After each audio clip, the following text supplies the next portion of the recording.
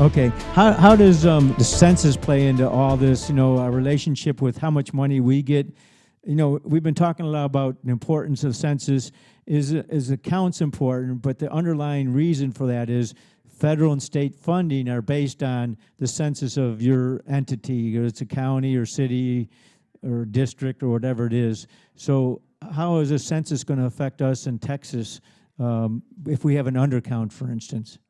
Well, Mayor, first of all, let me thank the City of McAllen for taking the initiative to really promote, to make sure how important the census is. And I cannot overstress the importance of it, because we only get to do this once every 10 years. And there's so much riding on this. Everything from healthcare to highways. And I think you probably explained a lot of those issues to the public as well. But we've had an undercount in Texas before, as you very well know, and the risk of undercount, and 1% undercount in Texas could cause a minimum loss of $300 million per year for the entire 2021 decade. And so I think it's so important that we get the word out. People have got to get out and fill out those census forms. When I got mine, that's the first thing I did, and it was so easy to do. Yeah, even for me, I'm challenged from that standpoint. It took me 10 minutes to do it. So, yeah, it's easy to do, it's harmless, and it's safe. I mean, that's the one thing we're emphasizing, too. It's safe. We have people that aren't citizens that live in our midst, but are here, and they're in our schools, and they're workers, etc. And so we want to make sure that everyone understands filling the census helps everybody, regardless of citizenship or whatever in our area. And so it's so important that they do that. Well, that's very true. And let me just highlight some of the programs that would be adversely affected, especially as it affects all citizens here in Hidalgo County and citizens of McAllen. Medicaid could be a tremendous negative impact on our Medicaid dollars. SNAP programs, so important to so many families. Highway planning and construction. We all know how the Rio Grande Valley has grown exponentially this past decade, and we definitely need those highway dollars. School lunch programs for so many of the needy children out there. Low-income home energy assistance, which again, growing exponentially, is so important. Children's health insurance programs, foster care program, and something very dear to my heart and important is Child Care and Development Fund. We've got to get behind this initiative, and I got to again commend the City of McAllen for doing this. And let me also comment, recently Commissioner Tanya Ramirez reached out to me, and she asked if I would participate in her program that she's involved with as an ambassador to Futuro Hispano. And I recently cut a video to assist in that initiative, as well as a video that it's going to be running on social media that I personally did to try to help remind folks how important this is. Yeah, and it's when you talk about it over a 10-year period, you're talking about thousands of dollars per person that doesn't fill out the pen. It's just not we talk about millions and millions, but when you break it down, those are thousands and thousands of dollars per person over a 10-year period. And if you look behind the numbers and the people, it's the people that need it the most. And that's something I think people should understand what their obligation is.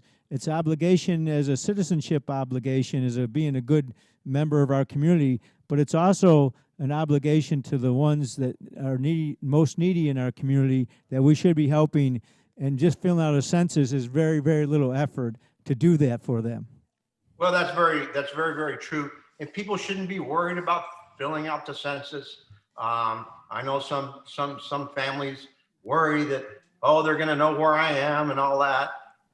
All it is counting numbers. That's all it is. And how many folks are in your home, how many minors you have in your home, how many adults live in your home. That's all it is. And just as an example to touch on what you're talking about, in 2015 alone, Texas lost $1,161 in funds for these programs to each person that was not counted. Think about that. That's huge. Yeah, yes. And that's not in all programs. That's just the programs they listed in there, and that's just for 1 year. So, just those, if you did this average over a 10-year period, that's $14,000 per person. And just for those particular programs that were listed. So it's a huge amount of money, but more importantly, it's a huge amount of benefit. And for every person that you help stay healthy, the less maybe that person is infecting other people or affecting other people from their standpoint. And so, it's kind of, we're all in it together, right? I mean, in everything. Yes. And COVID certainly showed that, but we're all in it together every day in everything that we do, and whether it's drainage, streets, or medicine or school, we all benefit somehow from that participation. Well, you just brought up an important point.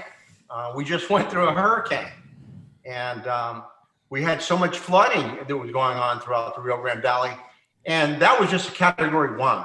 And so we've got to be able to have those federal dollars to build up our infrastructure to safeguard from these things. And here's something I'm going to ask people to do. And next time you get on the expressway and folks get very frustrated with sitting in, bumper to bumper traffic, I want people to think about that. Think about the federal dollars that we would be able to secure to increase the federal funding that we have for our highways, so we can build our highways bigger and more accommodating for our public.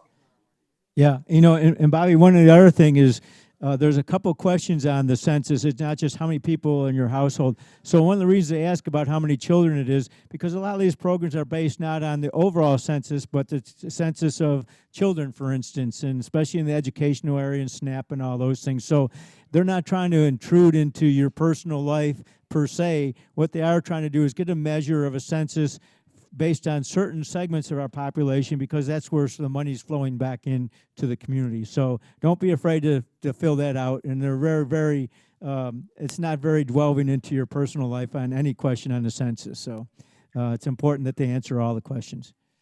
You're so very, very right. And nobody's going to come knocking on your door to inquire about you personally, other than we need numbers to turn into the federal government. That's how this works. We've given up so many dollars, federal dollars, millions of federal dollars in the past. Let's not do that again. Let's make sure that we have the closest numbers we can on the census, because it's going to be so important for people in McAllen and all up and down the Rio Grande Valley, and not to mention even Texas. Yeah. Now, how many years you been in the House? I was elected in 2012. 2012. So I'm going to go on to my 5th term, the Lord willing. So this is your first census as a state rep. I'm sorry? This is your first census as a state representative. Oh, that's right. Okay, but we all so take it very, very seriously. And again, this next session is going to be a whole different creature. I think we all know that. And we're going to do the best we can to have a safe session, and at the same time, make sure that we have a successful session. Well, and I really think we're going to have a more bipartisan session this time, which I think is so important, because think about this. We have lost in our Texas economy so much money because of this COVID. And we're going to have to get this, we're going to have to figure out how we're going to be able to handle the loss of this income in the state of Texas. Well, we appreciate all you do for our area and within your district, and certainly for the Valley. As a member of the strong Valley delegation, and appreciate all the hard work you're doing. I suppose you're not in Washington, the Capitol right now. That's a picture behind you, but we're glad you had a safe trip back, and we wish you all the luck, and we appreciate the fight you're going to carry forward for our area. Really do. And let me give a quick plug to the Valley delegation. You mentioned Valley delegation. We work cohesively together when it comes to important issues, and so I commend the Valley delegation and my colleagues, the 2 senators and the reps that we work with in Austin. Okay, well, stay safe, and everybody out there, complete the census and get it in. Thank you very much, Bobby. Appreciate it. Thank you. God bless. Thank you.